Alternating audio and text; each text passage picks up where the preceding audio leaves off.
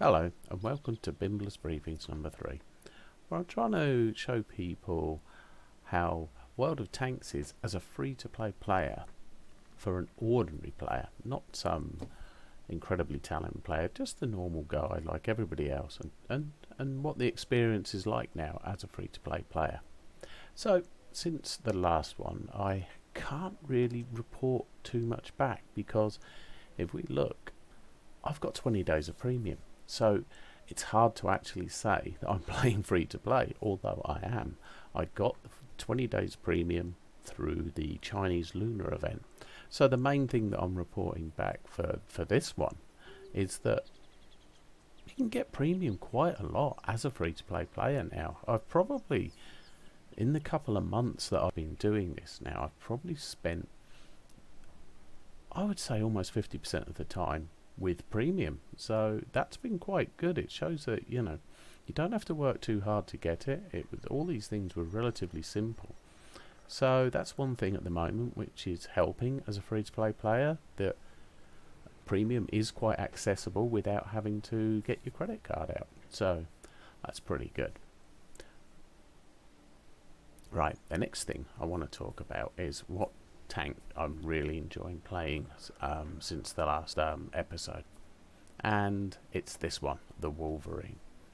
I decided to go up the E3 line because it just made sense. It's gonna save me so many credits, gonna save me so much time with all the benefits of top of the tree brings. So I'm up to the Wolverine so far, and I'm absolutely loving this tank. It's brilliant. I really enjoy it. It just does everything, or almost everything, well. And I can certainly recommend for anyone to get this tank and play it through. It's not like a T67, it's not overpowered. It is just very good. It has good mobility, it has good gun depression, good accuracy, good camo. It's just good at everything. So yeah, definitely one to recommend. Okay, just going to give you a little example of what I mean by the strengths of this tank. In this situation, we're doing quite well. We've got the upper hand in this match, but they're two very key tanks, KV2 and T29, are pushing towards our base. So I decide that I need to go back and try and lend a hand, try to disrupt them, try to maybe get some damage on them, because they could easily just push into the cap now and potentially cap and win the match, even though that we are it's 9-6, so we're in a good position. So using the mobility of this tank, I can get into a position to try and help out, which is what I'm trying to do at this point. So I'm coming up to this corner, the KV2's around the corner, and I'm going to try and get some shots on him, which I do.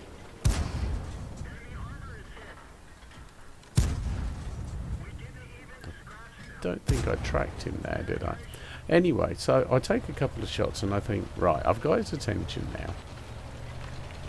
What I can do now, we've got tanks pushing towards the cap. I think the best option for me now, given both of those tanks really kill me in one or maybe two shots, I can now again use the mobility of this tank to go back or go towards the enemy cap and cap out, probably with the help of the one of the mediums that's also made their way up there. So that's what I decide to do, which shows one of this tank's strengths, the mobility.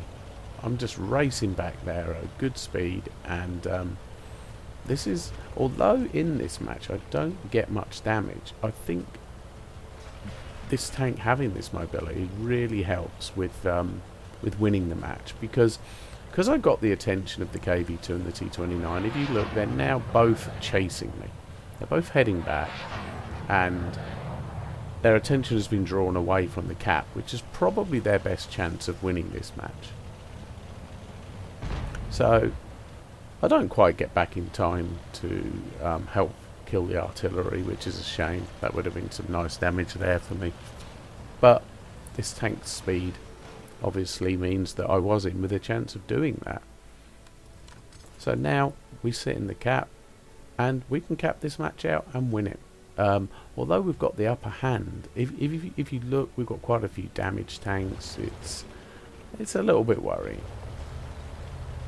So this was just the safe option to ensure winning the match, which I know it's nice to farm up a bit of damage at the end of the match, but sometimes I think I just want to make sure I win. So yeah, just demonstrating here.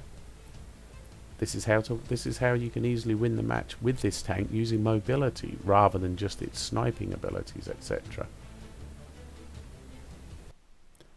Okay, well, me being me, I forgot to record this match, so I haven't got the footage, which is a real shame because it was an exceptional match showing how well this tank performs as a sniper.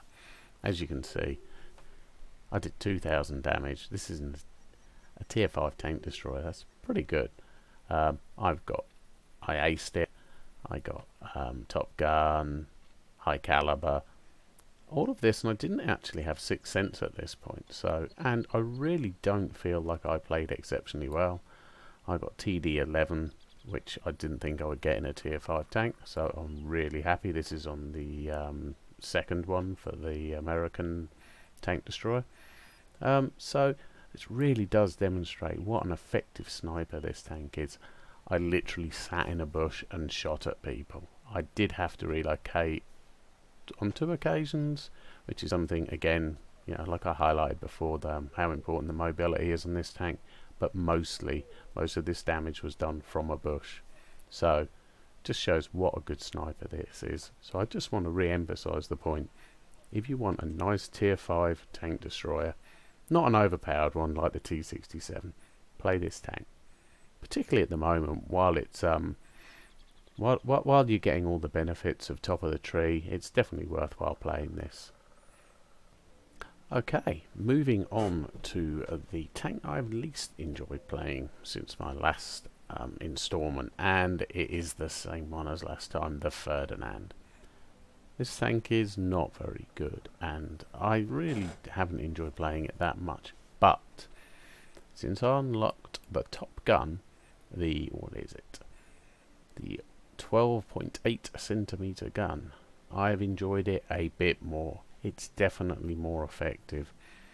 The problem with this tank is its lack of mobility and very flawed armor is when you take a shot, you tend to receive a shot as well. So having a higher alpha gun has made it a lot more effective. I'm still struggling with it and still wouldn't recommend it, but it's slightly better once you've upgraded to the Top Gun. So that's just one thing to consider. But I think still I would probably want to go down the other line towards the Jagdpanzer E100 and not bother with the Ferdinand. That would still be my advice.